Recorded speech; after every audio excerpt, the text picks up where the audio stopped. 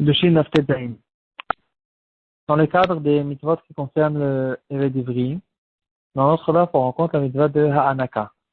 Ha'anaka, c'est au fait un cadeau, une compensation que le maître il va donner à son serviteur quand il va sortir de chez lui. Il va lui donner des fruits, des animaux pour qu'il puisse recommencer une nouvelle vie. Et donc, on va essayer de voir aujourd'hui, est-ce que il est possible qu'on rencontre nous aussi cette halakha, cette mitzvah de Ha'anaka, malgré qu'on n'a pas, bien sûr, le Eved Ivri.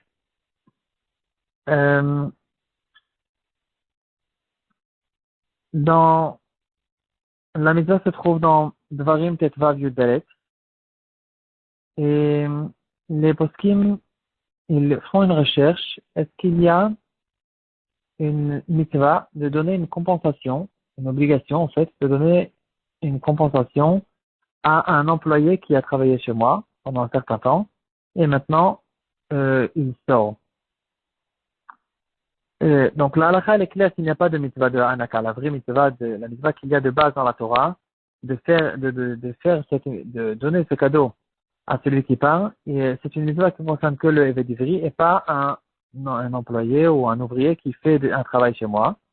Par contre, les poskim, ils font un rapport entre cette mitzvah et les dédommagements qu'on a l'habitude de donner aujourd'hui. Toute personne qui est employée chez quelqu'un d'autre, chez son boss.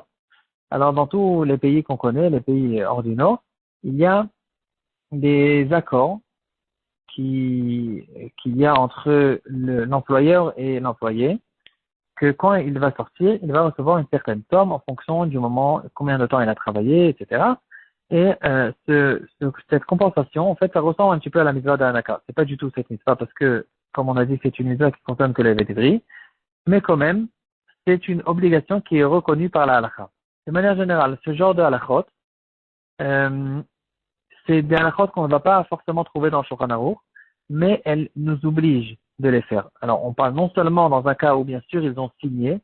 Dans ce cas-là, il n'y a même pas de quoi parler. S'il y a deux personnes qui ont signé n'importe quelle chose, quelqu'un qui a pris une certaine obligation vis-à-vis de quelqu'un d'autre, il est obligé de la faire du moment où il a signé. Mais même dans le cas où ils n'ont pas signé ensemble, ça n'a pas été signé, ils ont oublié de signer cette chose-là, il y a quelque chose qui s'appelle Minaga Makom, Minaga Medina, et dans Choshen Mishpat, on reconnaît très souvent Minaga Medina. Nous-mêmes, on en a déjà parlé à plusieurs reprises. Quand il y a des choses que tout le monde a l'habitude de faire dans cette région, dans ce pays, donc c'est certaines choses, on n'a pas besoin de les dire clairement ou de les signer. Du moment que c'est ça le minag de cet endroit-là, donc tous les deux, ils comprennent très bien que on parle de cette chose-là. C'est pas que quand il va sortir, par exemple dans notre cas, il va lui dire donne-moi mon dédommagement qu'on a l'habitude de donner à un employé qui est sorti qui a fini son travail. Et donc l'autre, il ne va pas tomber de la chaise en disant que ce que tu me demandes, c'est quelque chose qui n'est pas reconnu. Montre-moi où c'est écrit dans le Shulchan Aruch. Ça n'existe pas, puisque c'est quelque chose que tout le monde fait et que c'est quelque chose qui est rentré complètement. Alors, l'employeur, il sera obligé de le donner, parce que ça n'a pas besoin d'être dit, c'est quelque chose qui est évident. Donc, dans la majorité des pays du monde, on a l'habitude de dédommager un employé quand on le renvoie. Et quand même, il y a certains pays, comme on dit sur la Belgique, peut-être que dans les dernières années, ça a changé, mais en tout cas, la Belgique jusqu'à il y a quelques années, l'employeur, il est obligé au fait d'avertir son employé qu'il le renvoie. Il est obligé de l'avertir un an avant, mais après que cet employé il est parti, donc un an plus tard, cet employé il sort, il peut être pauvre, il peut être dans sa misère. On n'a rien besoin de lui donner. Il n'y a pas le dédommagement n'est pas reconnu du tout dans ce pays. Dans le Sud-Afrique, c'est encore pire.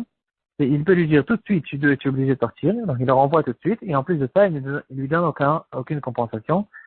Et donc, dans ces pays-là, c'est quelque chose qui n'est pas reconnu. Est-ce que, et là arrive les poskim, et se pose la question, est-ce que quand même, il y a un certain dédommagement que l'employeur doit donner à son employé lorsqu'il le renvoie ou non. Euh, et c'est là qu'on arrive au fait à cette comparaison que les poskim veulent faire entre la mitzvah de Hanaka et cette habitude des compensations. Ils ouvrent le Minchat Chinour, la mitzvah Tavsedet, qui dit que le fond de cette mitzvah, de la mitzvah de Hanaka, c'est une histoire de Karatatov, afin que on s'habitue, on fait apprendre notre âme des bonnes midotes et d'avoir pitié des gens qui ont travaillé chez nous. Il y a quelqu'un qui a travaillé chez toi, tu en as bien profité pendant plusieurs années. Donc maintenant, le moussard et la logique dit que c'est un comportement correct de ne pas renvoyer cette personne sans rien du tout, de lui donner un cadeau, de lui donner un tip, de lui donner certaines choses pour lui montrer la karadatov envers cette personne. Euh, donc ici, les poskim ils disent que c'est vrai qu'il n'y a pas d'obligation de donner un dédommagement dans ces pays, tant que, encore une fois, bien sûr qu'ils n'ont pas signé entre eux certaines choses.